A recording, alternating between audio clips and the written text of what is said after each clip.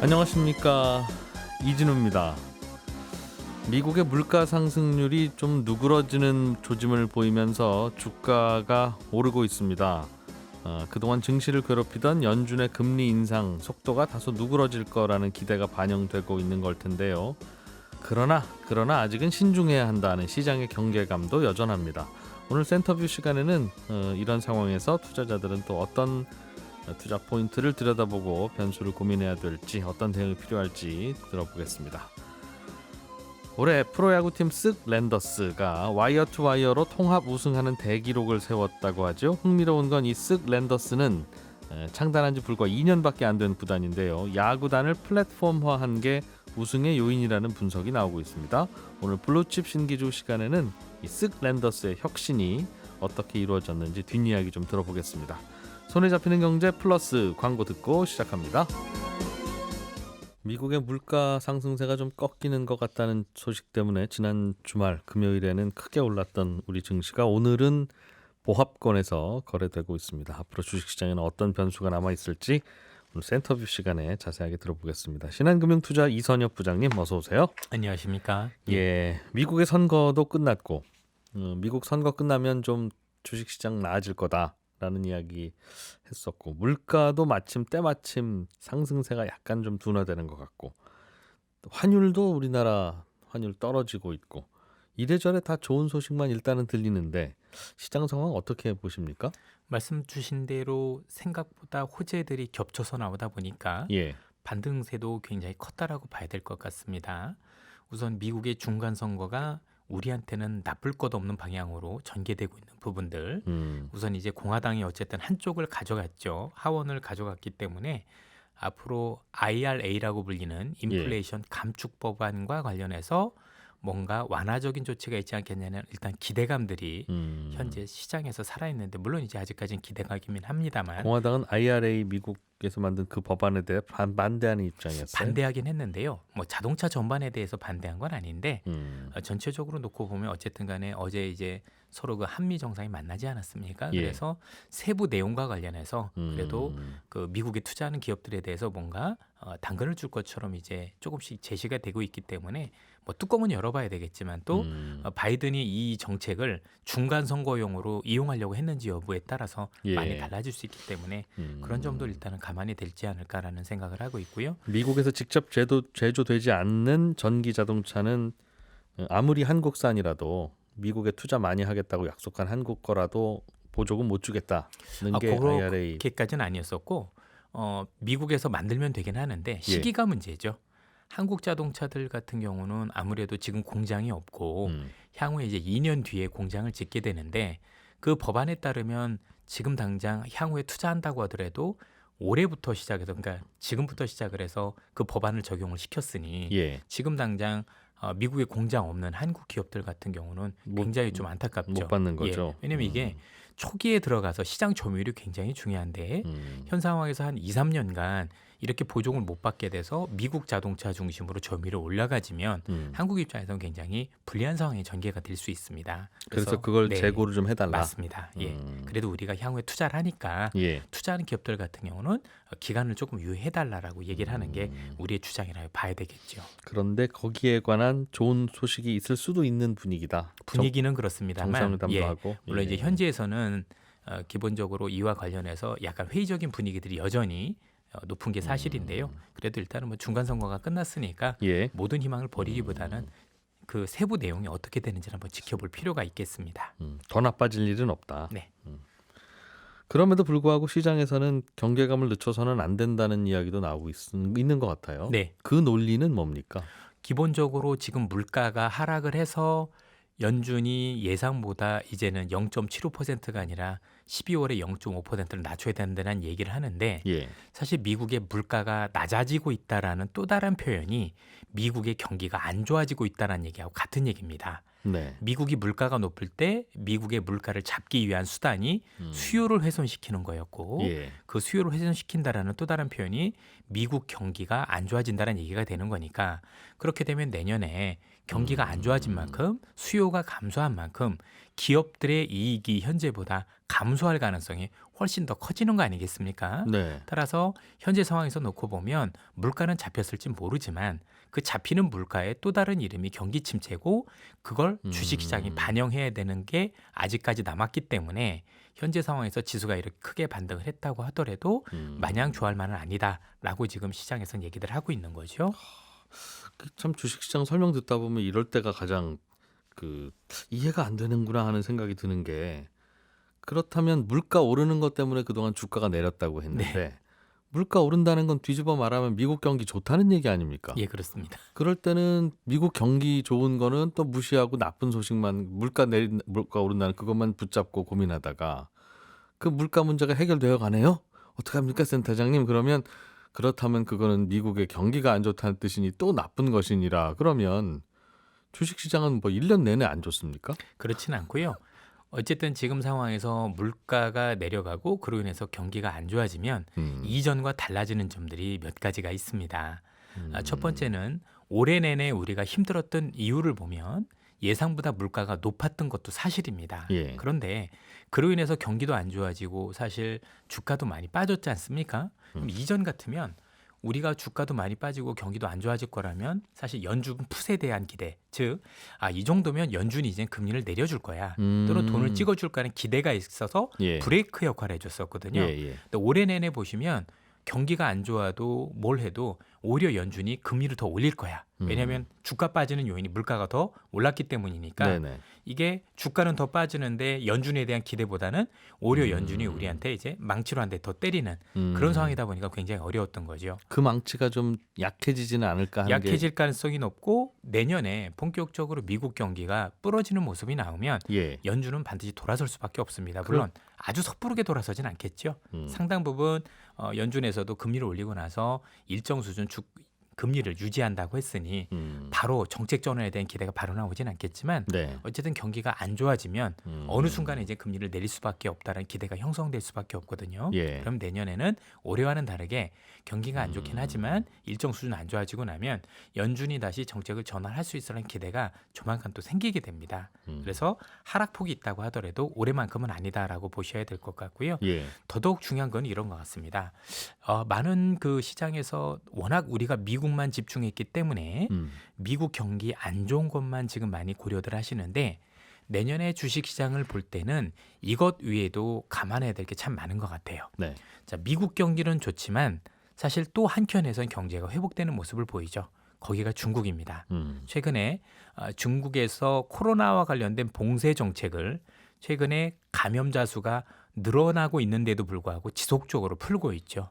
그 이유는 아시겠지만 중국 경기가 견딜 수 없을 만큼 힘들기 때문이고요. 네.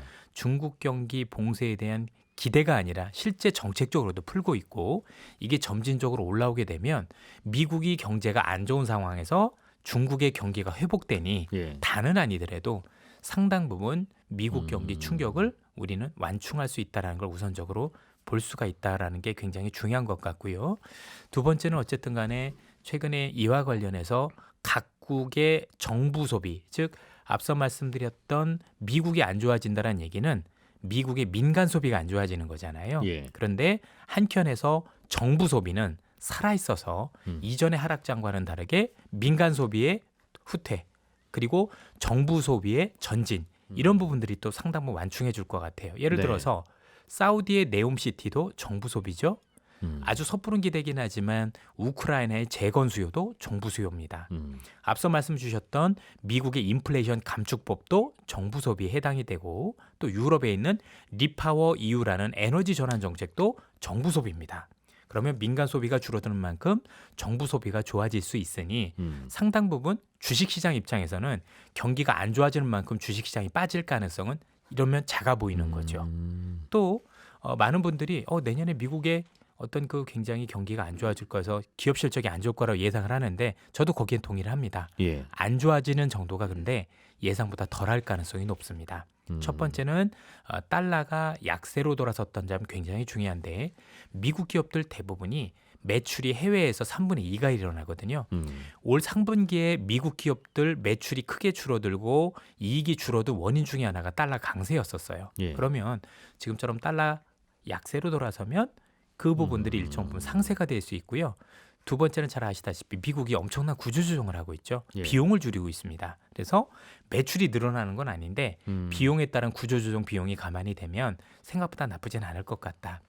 그래서 결론을 드리면 미국 경기가 안 좋아서 미국 민간 소비가 크게 후퇴할 개연성을 시장에서는 우려를 하고 있는데 그 말씀은 맞습니다. 그런데 이를 상당 부분 완화해 줄 만한 요인들이 있다. 그 첫 번째가 중국의 소비가 생각보다 회복되고 있다라는 점, 정책 전환점이 물론 아주 빠르진 않습니다만 두 번째는 민간 소비를 각국의 정부 소비가 대변하고 있다라는 것. 그리고 기업들이 경기 침체에 대비해서 이미 구조조정을 통해서 비용을 압축시키고 있고 또 여기에다가 달러가 말씀드린 것처럼 약세를 띠면서 우리가 알고 있는 생각보다 이익이 올라올 수 있는 점을 감안을 하면 제가 보기엔 내년에 한 번 더 빠질 수 있다는 데 대해서는 이견이 없지만 그 빠지는 수준이 올 9월에 있었던 저점을 깨칠 가능성은 매우 낮아 보입니다. 주가 지수가. 그렇습니다. 따라서 올 9월에 있었던 지수 약세가 실제 바닥이었을 가능성이 점차 높아지는 구간이 아닌가. 올해 9월에 예, 우리나라 지수가 그렇습니다. 얼마였었죠?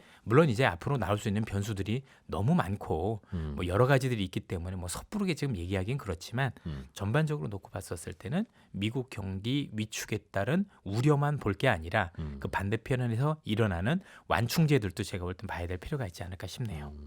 올해 저점 9월에 우리 지수가 2100대였었죠. 그거 이하로 내려가지는 않을 거다. 그럴 가능성이 높습니다. 이런저런 네, 다시 좋은 소식들도 있으니까. 그렇습니다. 그런데 러시아도 뭐 전쟁이 어떻게 될지는 모릅니다만 좀 사그라드는 느낌이고 말씀하신 대로 중국 경기 회복되고 미국 경기도 크게 문제될 것 같지는 않고 문제가 된다 하더라도 중앙은행이 원하는 바였으니 물가는 좀 잡힐 것이고 네. 하면 혹시 주가가 가파르게 오를 가능성은 없습니까?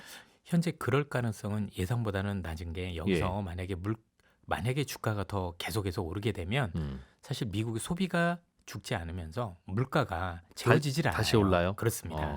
그래서 현 수준에서는 주가가 많이 오르는 것도 썩 좋은 건 아니다라고 봐야 될 것 같고요. 많이 오르면 연준은 금리를 또 다시 오르기 어쩔 수 시작할 거다 이 없습니다. 말이죠. 그렇습니다. 그런 측면들이 있기 때문에 예. 또 그게 아니더라도 뭐 시장에선 지금 당장 이렇게 반등이 컸던 이유는 그동안 워낙 너무 비관적으로 봤던 부분에 되돌림이 상당 부분 있습니다. 예. 다들 안 좋을 거고 라고만 했는데 한꺼번에 풀린 거죠. 앞서도 말씀 주셨지만 여러 가지가 선거도 동시에 끝나고 그렇습니다. 환율도 내리고 그래서 이제 물가도 한꺼번에 잡히고. 올라온 부분이 있기 때문에 일정 수준 이제 반등은 진행됐다라고 봐야 될 것 같고 그 위에 경기 침체는 어쨌든 간에 한 번은 반영할 수밖에 없다라고 봐야 될 것 같아요. 그렇군요.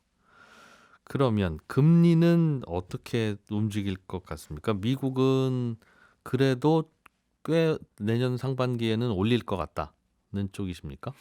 현재 상황에서 미국이 이제 12월에 어떻게 점도표를 그려야 될지는 봐야 되겠지만 예. 사실 최근에 연준의 움직임을 보면 경기에 따라서 지표에 따라서 움직이겠다라는 표현을 공식적으로 한 것 같고요. 예. 현재 시장에서는 연말에 0.5%포인트를 올리고 내년에 1월에는 회의가 없습니다. 예. 2월에 0.25 정도면 마무리가 아니겠느냐. 그럼 이제 대략 4.5% 정도 되는 거겠죠. 예. 그 정도면 이제 예상이 나오는 게 잘 아시다시피 기준금리가 4.5%지 실제 금리는 이와 연동되면 굉장히 크죠. 예컨대 지금 미국의 주택담보대출금리, 모기지금리 30년물짜리가 지금 거의 7%에 육박하고 있잖아요. 이렇게 생각을 해보면 여기서 금리를 올리면 그거보다 더 올라가는 거 아니겠습니까? 그럼 사실 금리 인상이 거의 끝이 보인다라고 하지 사실 이 금리 수준 절대 레벨 수치가 굉장히 높은 겁니다. 왜냐하면 지난 우리가 십몇 년간 이 금리를 본 적이 없거든요. 네. 그런 측면이 있고 또 우리가 봐야 될 게 미국이 금리만 올리고 있는 게 아니죠. 두 가지를 더 하고 있습니다. 하나는 QT라고 해서 현재 뿌려놨던 돈을 흡수하는 정책을 쓰고 있고 네. 이게 생각보다 영향이 큽니다. 통상적으로 한 0.25%포인트 금리 인상 효과가 있다라고 얘기를 하고 있고 최근에 연준에서 발표한 어떤 그 자료들을 보면 그 프록시 금리라는 게 있습니다. 프록시 금리란 뭐냐면 연준의 기준금리에서 몇 가지 정책을 더해서 예를 들어서 선제적으로 가이던스 준 게 있죠. 그게 점도표죠.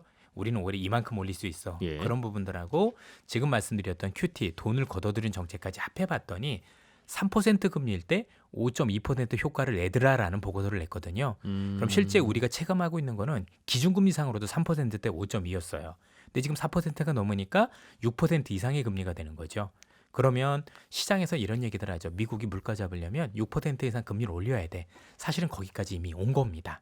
전반적으로 놓고 보면. 예. 그래서 우리가 생각했던 것보다 금리를 더 올린다라는 거지 미국이 금리를 안 올린다는 얘기도 아닌 거고. 꽤 오래 유지될 네. 거다. 그리고 중요한 건 현재 금리 수준도 생각보다 견디기 쉬운 수준은 아니다라는 점도 우리가 봐야 될 것 같습니다. 견디기 쉽지 않으면 내릴 텐데요. 내리지는 않을 거고. 내리겠죠. 그런데 이제 그 내리는 조건이 뭐냐면 궁극적으로 지금 내려가고 있는 물가가 재발할 가능성이 없는 걸 보고자 하는 게 예. 지금 그 우리가 알고 있는 파월이라는 분이 계속해서 얘기하는 게 이전에 있었던 1970, 80년대 실수를 반복하지 않겠다라는 거고 그 반복의 핵심은 뭐냐면 섣부르게 정책을 전환했더니 물가가 재발하더라. 그래서 이게 재발하지 않도록 조금 더 고금리를 유지하면서 예. 아 정말 물가에 싹이 잡혔구나라는 어떤 부분들이 나올 때 얘기하지 않을까. 그리고 그 증거는 고용입니다. 고용이 유의미하게 이제 안 좋아지는 거겠죠. 실업률이 높아지고 예. 고용이 안 좋아질 때 그렇게 되면 전체적으로 이제는 뭔가 문제가 해결된가로 볼 때는 전환을 하겠죠.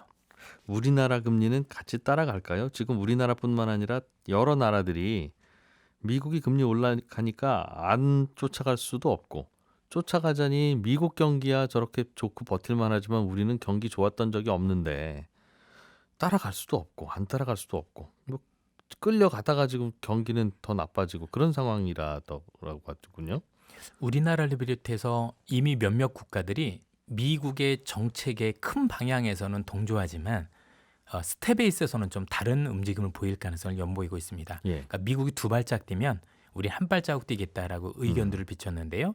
대표적인 국가가 한국과 캐나다, 호주, 예. 영국, 뉴질랜드 같은 국가들이라 볼 수가 있는데 이 국가들의 공통점들이 뭐냐면 주택담보대출 내에서 변동금리가 굉장히 수준이 높은 데입니다. 네. 한국도 80%가 넘고 예. 호주도 60%가 넘거든요.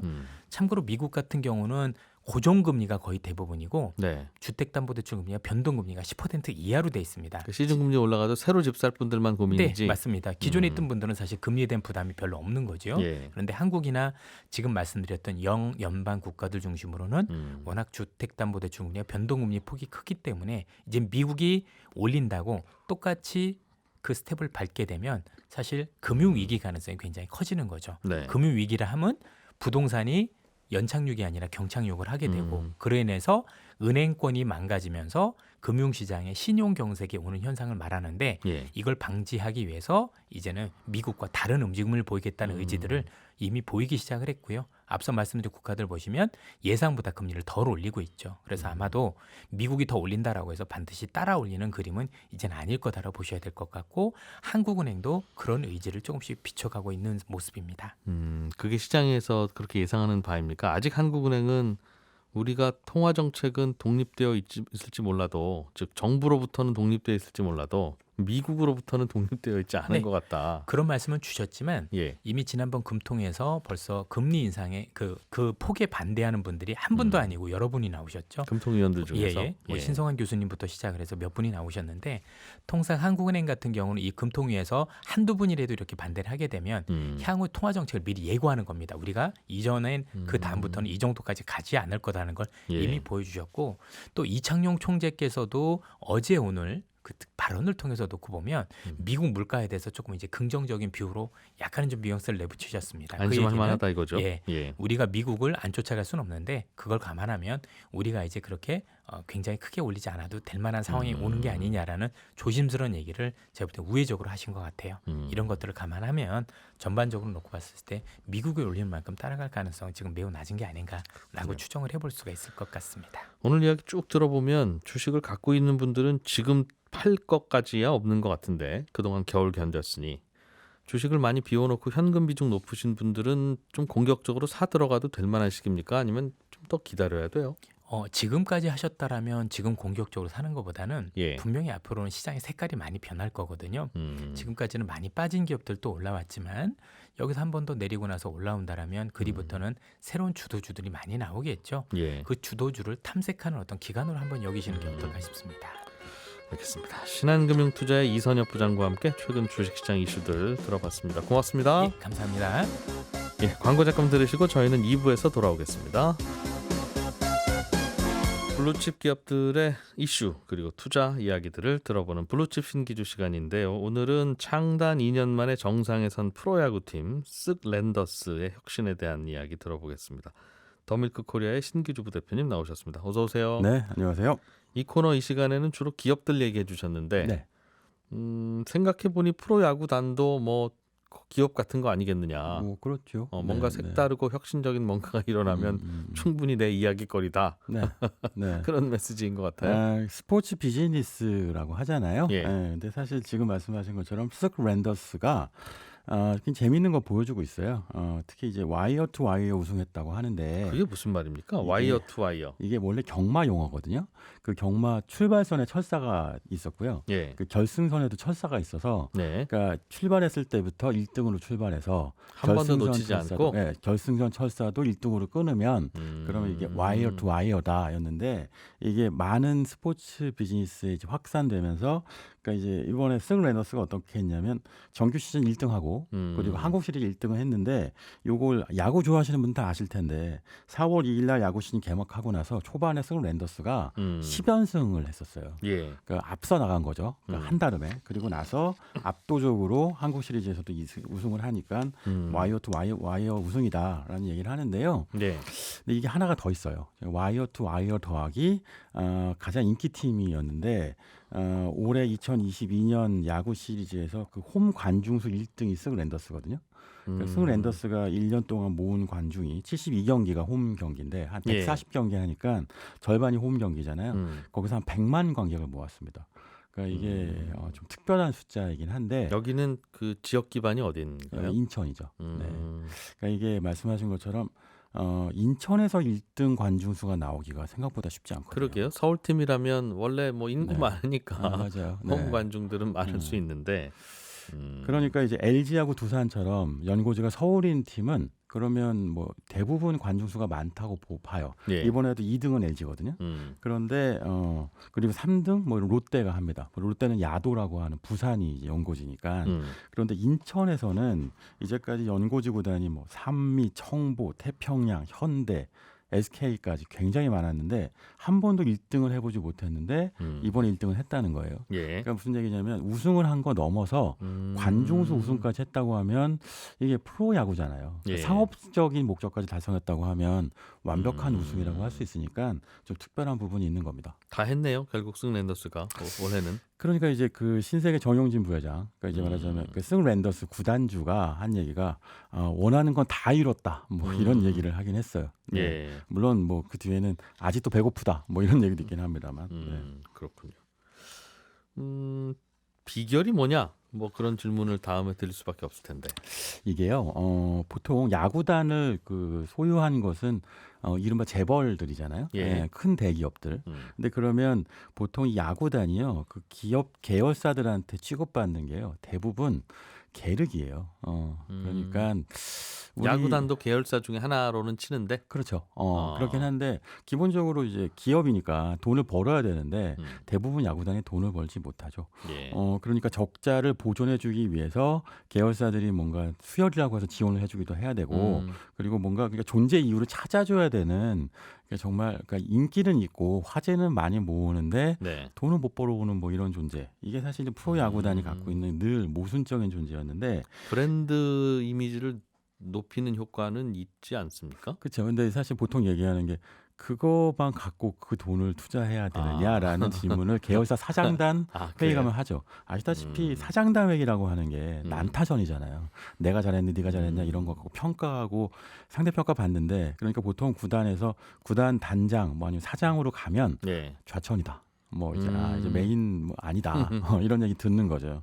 그런데 여기 쓱 랜더스는요 이런 얘기 정말 많이 나오는데 신세계 그룹 안에서 쓱 랜더스는 스타예요. 모든 계열사가 다 좋아합니다. 모든 그러니까 이게 정말 분위기가 다르다는 얘기를 많이 하는데 그게 이유가 뭐냐면 그 신세계 계열사들이 많죠. 이마트, 뭐 스타필드, 뭐 스타벅스, 뭐 이마트 24도 있고 뭐 쓱닷컴이라는 온라인 쇼핑몰도 있어요. 여기서 신세계 야구단 쓱 랜더스를 이용해서 마케팅을 하려는 욕심이 굉장히 강한 거예요. 그러니까 이게 뭐냐면 직장인들의 기본이죠. 그러니까 실적이 나올 수 있는 곳에 가서 비비는데 승 랜더스가 내 실적이 잘 나오게 만들 수 있는 마케팅 포인트를 제공해주는 역할을 한다는 것이 입증되고 있는 거예요. 그러니까 그 구단의 마케팅 팀한테 마케팅 협업제가 굉장히 많이 들어오는 겁니다.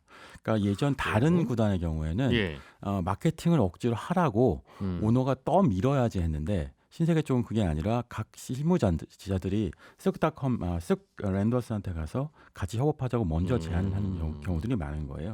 그냥 회사 오너 그 정용진 부회장이 야구 좋아하고 이 팀 좋아한다고 하니까 계열사 사장들도 그 야구단이랑 친하게 지내는 모습을 보여줘야 좋아할 거 아니겠습니까? 본인이 그렇죠. 좋아하는 야구단을 괄시하는 계열사 사장이 마음에 들겠어요? 미운털 박히겠다. 네, 그러니까 그냥 그렇게 하는 거 아닙니까? 즉 LG나 삼성이나 뭐 해태나 과거에 그 야구단들이 그러면 기존 그 계열사에다 해준 것보다 지금 쓱 랜더스가 그 계열사들에게 주는 마케팅 효과가 훨씬 더 크다는 게 뭐 있어요? 네, 그게 보면 이런 얘기가 있어요. 그 말씀하신 것처럼 오너가 밀어주면 눈치 봐갖고 미운털 안 박히려고 하긴 하는데 실적이 좀 안 나오면 시들해지거든요.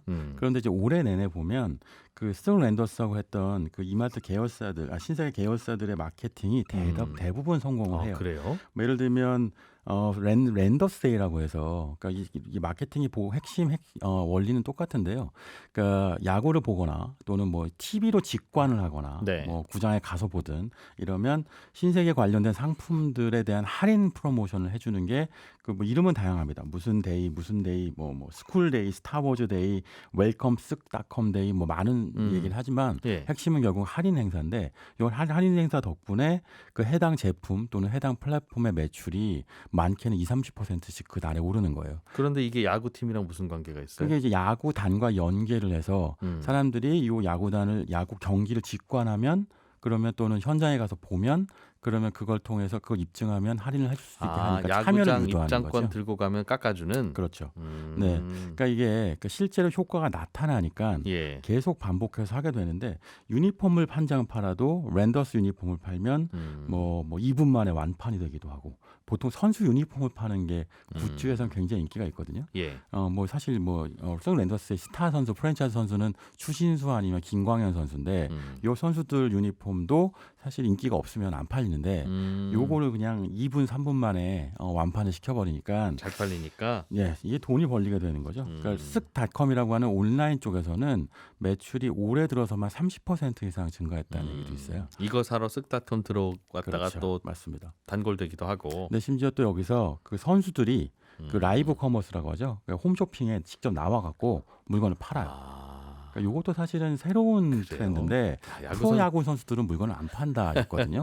근데 지금 와갖고 요 물건 너무 좋아요. 써봤더니 너무 좋더라고 이런 얘기를 하는 거예요. 시너지가 나는 거죠. 근데 이거는 정말 구단주, 저도 처음에 말씀하신 것처럼 구단주가 밀어줘서 하는 건 아니냐였는데 분위기가 확실히 다릅니다. 확실히 달라요. 그 야구단을 계열사들이 잘 써먹고 있다. 쓱 랜더스는 다른 구단보다. 그걸 보고 이제 그 야구단을 플랫폼화했다는 표현을 하는데 사실 플랫폼이라고 하는 게 우리 보통 온라인에서 많이 쓰는 용어잖아요. 근데 플랫폼의 핵심 개념은 온 오프라인을 떠나서 사람들이 많이 모이게 하는 거죠. 그렇죠. 시장 장터에 모이든 아니면 온라인 그 닷컴에 모이든 상관없는 거고 많이 모이면 그들한테 그래 보통 보면 많이 모이면 이쑤시개 하나씩 팔아도 대박이 난다는 얘기를 하잖아요. 신세계 플랫폼 야구단을 플랫폼화 시키는데 성공하니까 이런 결과가 나오는데 여기서 하나가 더 있는 건 일단 관중이 증가시켰죠. 아까 처음 말씀드린 것처럼 100만 관중이라는 게 적은 숫자가 아닌데 성장했고 그다음에 그걸 흥행하고 매출이 연결되는 형태의 이른바 선수나 플라이휠을 만들었다고 하는데 여기에 하나가 더 있었던 거예요. 보통 야구단이란 컨텐츠가 인기가 있으려면 야구를 잘해야죠. 야구를 못하면 물론 이제 이런 건 있죠. 약간 보복 심리로 언제까지 일어나 보자 그러고 한화 팬들 분들 뭐 이런 얘기 많이 하시는데 근데 이제 쓱닷컴의 경우에 쓱랜더스의 경우에는 불과 2년 만에 우승을 해버리니까 그것도 와이어 투 와이어로 그러니까 더 신바람 야구가 일어나는 겁니다. 그래서 관중들이 계속 모이고 여기에 계속 마케팅을 할 수 있게 되어서 야구 좋아하시는 분들 이런 얘기 많이 하던데 쓱 랜더스 필드라고 하는 인천 문학구장 가면 거기 여기는 거의 마케팅의 실험장이라는 표현 많이 들어요. 별별 마케팅을 많이 하고 있는데 예를 들면 스타벅스를 자리에 배달을 시켜준다거나 아니면 햄버거 같은 거 팔아서 그거를 자리에 보내준다거나 이런 각종 마케팅을 계속 하고 있죠. 그러니까 그거 보러 가는 재미로 야구를 보러 간다. 뭐 이런 말씀들도 많이 하시더라고요. 그렇군요. 야구 선수들도 바쁘네요. 예전에 안 하던 거 해야 되니까 라이브 쇼핑도 해야 되고. 그게 변화한 흐름인 것 같아요. 그리고 또 하나는 야구 선수들도 이제 좀 인식하는 것 같습니다. 그러니까 자신의 연봉이 어디서 나오는지 알고 있는데 예전에는 그게 팬들한테 서비스 잘 해주고 야구 잘하면 된다. 였는데 넘어서서 그 모회사 구단과의 시너지를 내야만 거기까지가 완성이다. 한국 야구에서는 그게 필요하다라는 것을 새로운 젊은 선수들은 굉장히 인식하고 있는 걸로 보여집니다. 네.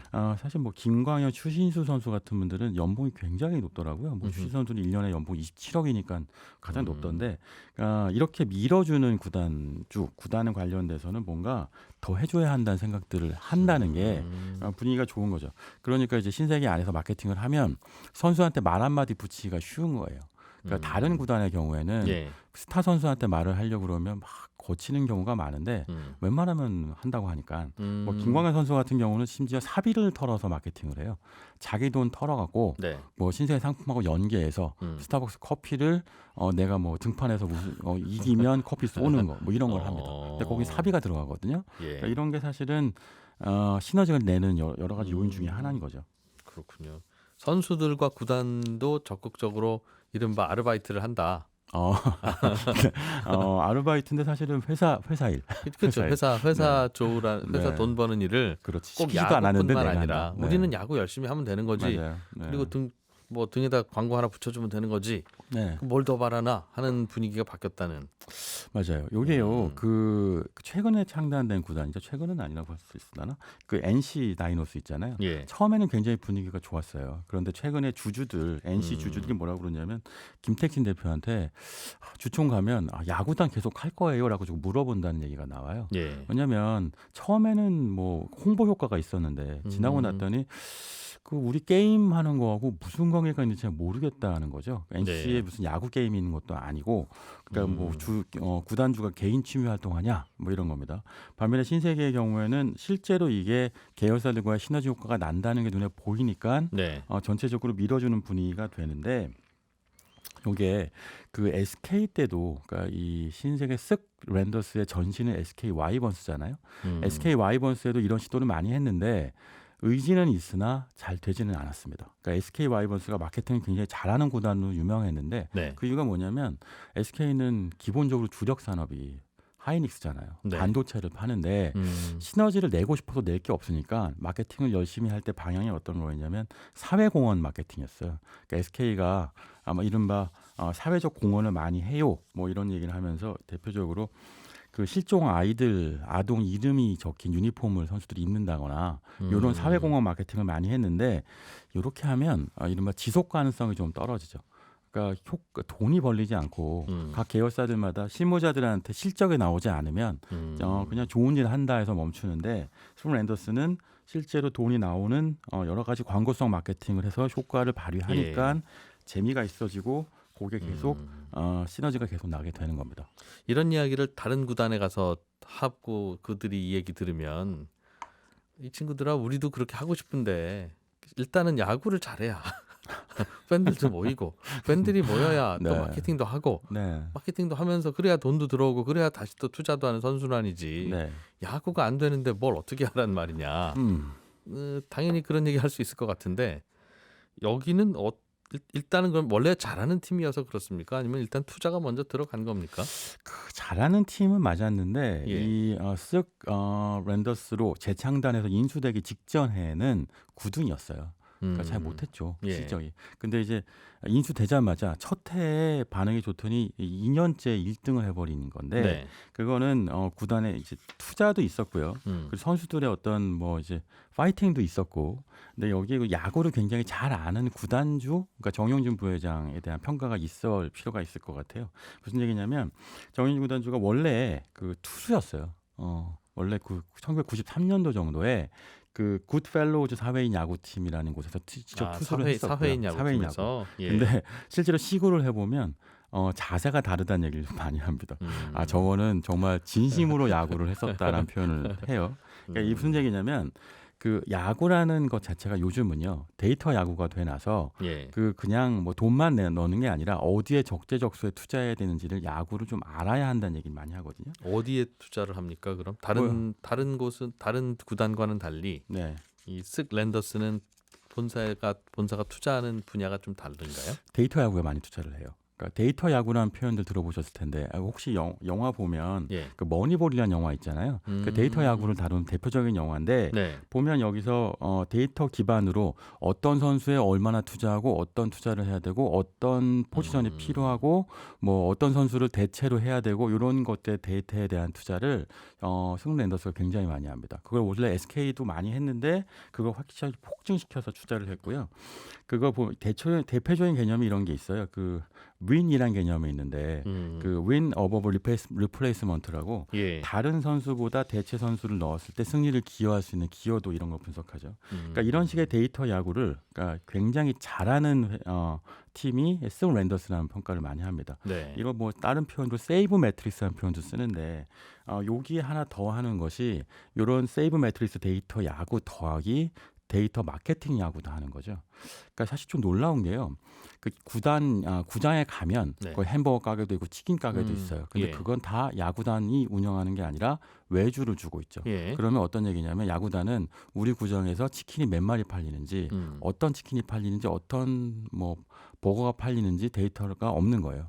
그러면 내년도에 마케팅을 하기가 굉장히 어려워지는 거죠. 네. 우리 구장 내에서 뭐가 인기가 있는지 모르니까. 근데 신세계는 이런 식의 데이터 기반으로 유통을 많이 해왔으니까 그러니까 구장을 직접 운영하고 구단 안에 커피 전문점도 직접 운영하죠. 대표적으로 스타벅스 같은 거는 당연히 운영하는 거잖아요. 야구장을 사실상 쇼핑몰처럼 쓴다. 그렇죠. 그리고 그 안에 나오는 데이터가 쌓이니까 마케팅할 때 포인트 잡기가 굉장히 쉬워지는 겁니다. 알겠습니다. 더밀크 코리아의 신기주 부대표와 함께 야구단 얘기 재밌게 들어봤습니다. 고맙습니다. 네, 감사합니다. 예, 저는 내일 아침 8시 30분에 손에 잡히는 경제에서 또 인사드리겠습니다. 이진우였습니다. 고맙습니다.